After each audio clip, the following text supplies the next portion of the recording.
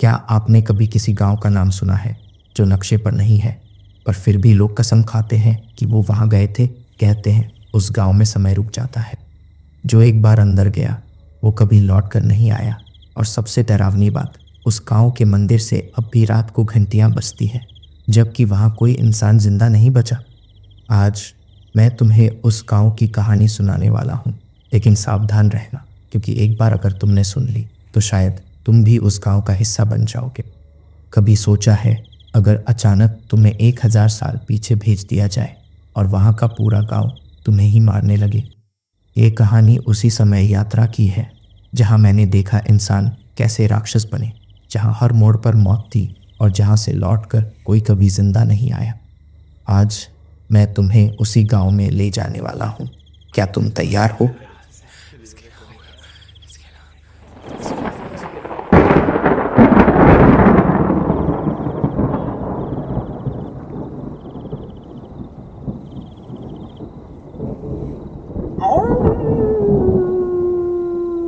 आंख खुलते ही मैंने खुद को मिट्टी के मैदान में पाया। यह वही जगह थी, लेकिन अब गांव छोटा था। चारों तरफ कच्चे मकान, बैलों की गाड़ियां और खेत। पहली नज़र में सब सामान्य लग रहा था, लेकिन हर घर के दरवाजे पर एक अजीब मुखौटा टंगा था। उन मुखौटों पर चौड़ी मुस्कान बनी थी, नकली डरावनी मुस्कान। और हवा भारी थी, जैसे किसी ने उसमें मौत मिला दी हो। मैंने गांव की एक बूढ़ी महिला से बात की। उसकी आंखों में नमी थी। वो धीरे से बोली, ये गांव श्रापित है। सदियों पहले एक तांत्रिक ने अमरता पाने की कोशिश की थी। उसने समय का चक्र बनाया और तब से हम सब इसमें फंसे हुए हैं। हर 100 साल पर एक बलि दी जाती है ताकि हम सब जीवित रह सके। बलि ना दी जाए तो पूरा गांव राख बन जाएगा। उसकी आवाज़ कांप रही थी। मैंने पूछा, पहली बलि किसकी थी? वो रो पड़ी और बोली, गांव के ही बच्चे की। दिन में गांव सामान्य था। किसान हल चला रहे थे, औरतें कुएं से पानी भर रही थी, बच्चे खेल रहे थे। लेकिन रात ढली और सब बदल गया। चांद निकलते ही गांव वाले अजीब आवाज़ें निकालने लगे। किसी की हंसी रुकी नहीं रही थी, किसी की आंखें उलट गई थी और आकाश में घड़ियां तैर रही थी।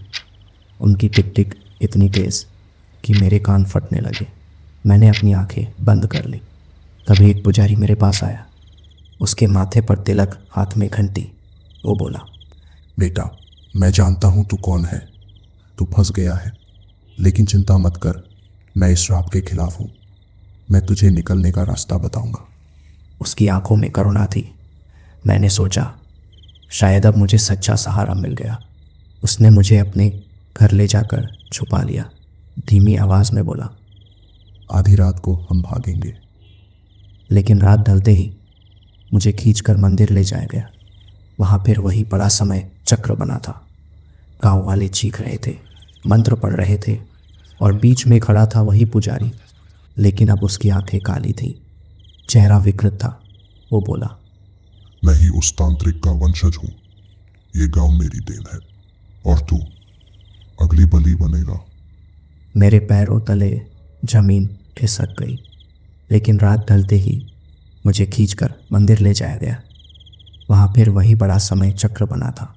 गांव वाले चीख रहे थे, मंत्र पढ़ रहे थे और बीच में खड़ा था वही पुजारी। लेकिन अब उसकी आंखें काली थीं, चेहरा विकृत था। वो बोला, मैं ही उस तांत्रिक का वंशज हूँ। ये गांव मेरी देन है और तू अगली बलि बनेगा। मेरे पैरों तले जमीन खिसक गई। मुझे धक्का दिया गया। मैं गिरा और सीधे एक काले दरवाजे के सामने आ टकराया। वो दरवाज़ा अजीब धातु का बना था। उससे चीखों की आवाज़ आ रही थी, जैसे हजारों आत्माएं भीतर कैद हों। दरवाज़ा धीरे धीरे खुला और अंदर से धुएं के साथ अनगिनत राक्षसों की परछाइयाँ बाहर निकलने लगी।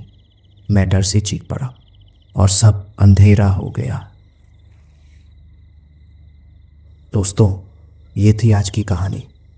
अगर आपको पसंद आई हो तो वीडियो लाइक करें, अपने दोस्तों के साथ शेयर करें। नीचे कमेंट में अपना फीडबैक ज़रूर लिखें। ऐसी ही और कहानियाँ सुनने के लिए चैनल आधी रात कहानियाँ को सब्सक्राइब करें। बेल आइकन दबाएं ताकि अगली कहानी सबसे पहले आप तक पहुंचे।